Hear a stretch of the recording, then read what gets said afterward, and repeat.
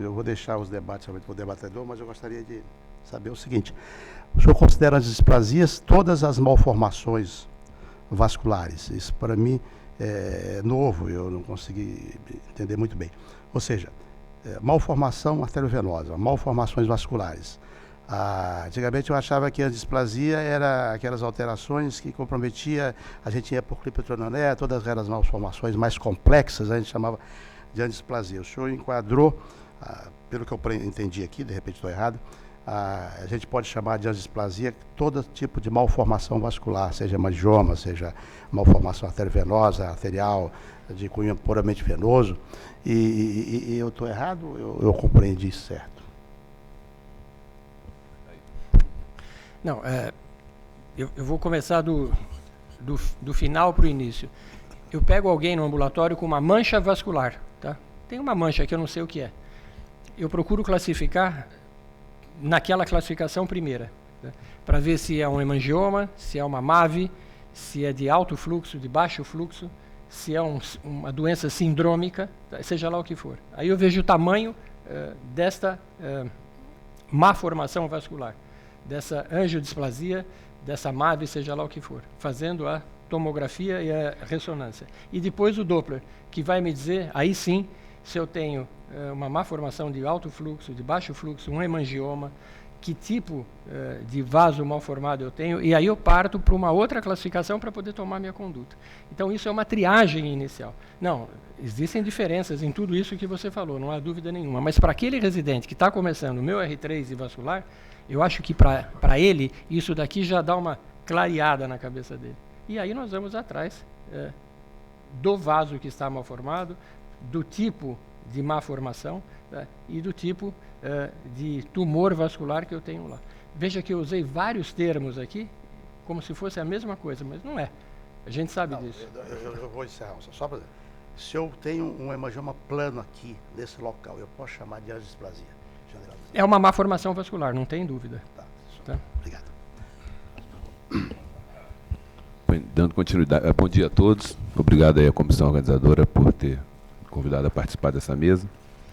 E o próximo palestrante, na verdade, nos dará o prazer de falar em seguida dois temas, né, que é o Dr. José Luiz Orlando, cirurgião vascular, médico assistente do Departamento de Cirurgia do Hospital AC Camargo, e atua também muito na pesquisa e no tratamento das malformações vasculares há mais de 20 anos, pode assim dizer. Então tem uma experiência enorme e eu acho que a gente tem muito que aprender com ele aqui. As duas palestras dele tratamento das malformações venosas musculares e clipetronané, novas perspectivas de tratamento. Bom dia a todos, obrigado, Dr. Murilo, pelas palavras. Agradeço à comissão organizadora, em especial Dr. Peixoto, Dr. Vigílio, pelo honroso convite. O tratamento das malformações venosas musculares. As malformações venosas se caracterizam clinicamente por tumorações de consistência amolecida, que podem ser circunscritas ou atingir grandes proporções da superfície corpórea, tem consistência amolecida, não tem frêmito e nem sopro. E tem a pele, quando são lesões superficiais, esse aspecto azulado, bem característico. Entretanto, quando acometem mais profundamente o subcutâneo ou o compartimento muscular, elas se caracterizam como tumorações, também de consistência amolecida e dolorosas à palpação, porém tem a pele de aspecto normal. Por esse motivo, é necessário a realização da ressonância magnética que caracteriza essas lesões com uma presença de hipossinal nas sequências ponderadas em T1 e hipersinal nas sequências ponderadas em T2. Dessa maneira, a ressonância traz objetivamente uma informação precisa da extensão da lesão e da sua relação com as outras estruturas anatômicas, importantíssima também para diferenciar dos tumores que acometem a musculatura. O tratamento das malformações venosas musculares é realizado através da esclerose percutânea. É sempre guiada por ultrassom, onde é realizada a punção, e no modo B, esse espaço hipecóico é então puncionado e é nesse espaço injetado a substância esclerosante. Podem ser utilizadas o polidocanol na base de espuma ou o álcool absoluto.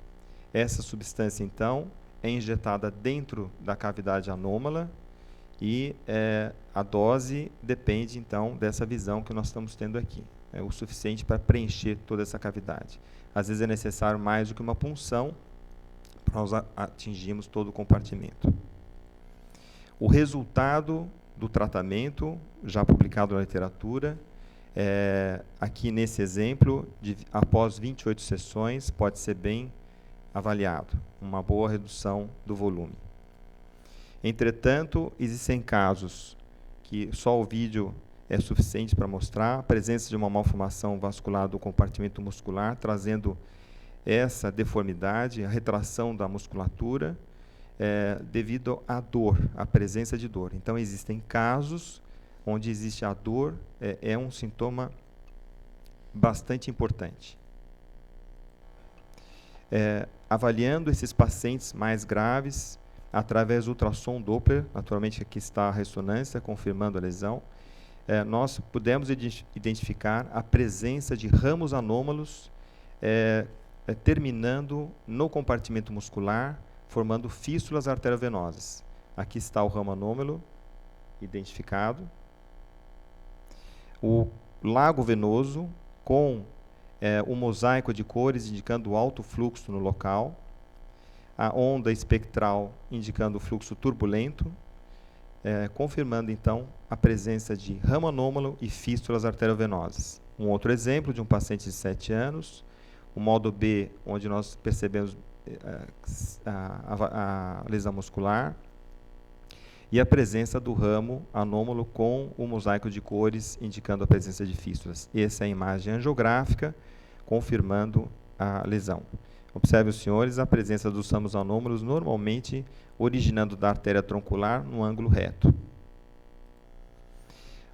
Então, nós analisamos retrospectivamente 52 pacientes com malformação venosa muscular sintomático e com achados de fístulas arteriovenosas pelo ultrassom Doppler.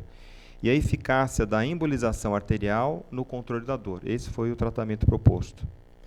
Então, de junho de 2010 a dezembro de 2012, nós tratamos 52 pacientes, 37 do sexo feminino e 15 do sexo masculino, com a idade variando entre 4 e 60 anos, e classificamos a dor como sendo dor após o esforço físico em quase 50% dos pacientes, a dor espontânea necessitando analgesia frequente, cerca de 3 vezes por semana, em 38%, e dor persistente necessitando analgesia diária em 13% dos pacientes. A embolização, o tratamento proposto, a embolização arterial, foi feita utilizando-se catéteres de neuroangiografia, de 1.5 a 1.8 frente, com os seus respectivos microguias. Muito importante o uso da válvula para que seja, durante o procedimento injetado, soro fisiológico pressurizado com 3 ampolas de papaverina, importantíssimo aqui para evitar o espasmo arterial muito frequente, porque são ramos muito finos, e a continuidade do soro para que evitar o coágulo no catéter também, em função de que os procedimentos às vezes são bastante demorados. O produto utilizado foi o adesivo tissular. Nós temos 2 disponíveis no mercado, o Histoacryl e o Glubran. Esse produto foi associado ao lipiodol, como normalmente mas uma proporção muito maior de lipiodol do que da cola, quer dizer, 8:1. Essa substância aquecida no banho-maria para permitir uma grande solubilidade e injetada, então, no ramo anômalo já cateterizado.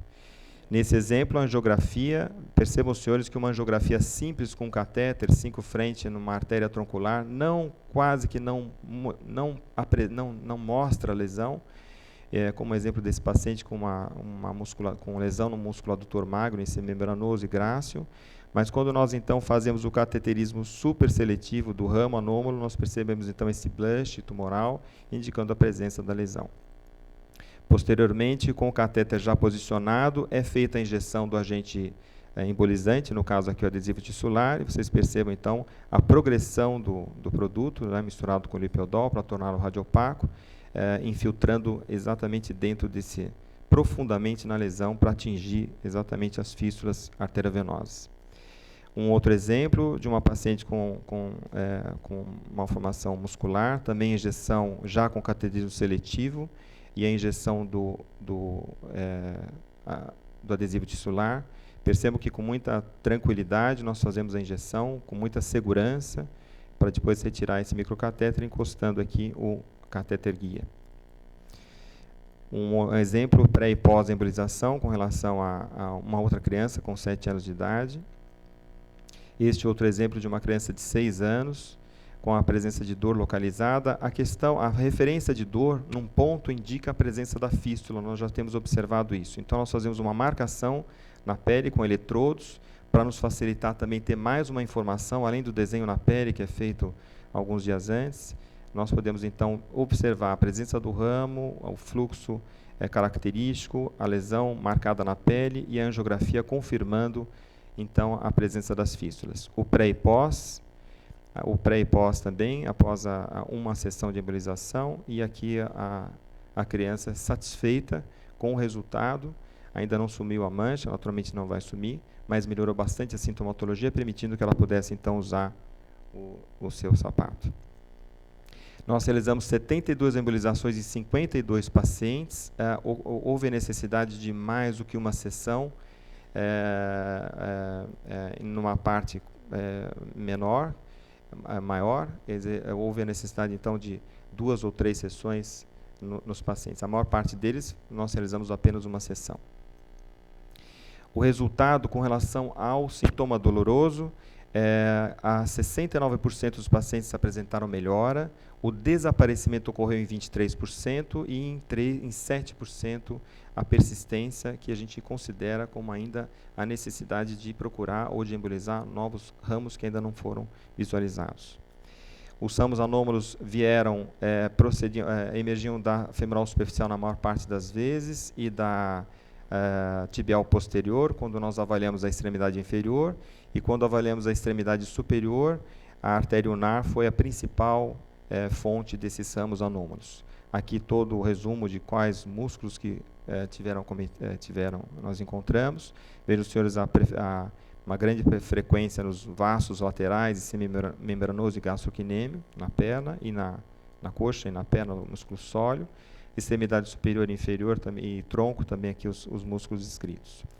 Complicações tivemos poucas, um hematoma que não necessitou de drenagem cirúrgica, um pseudoneurisma tratado com fibrina e 2 escalas de pele. Essa é a mais grave, foi a mais grave, também com resolução simples, em função desse escape de material para tecidos superficiais, levando à isquemia.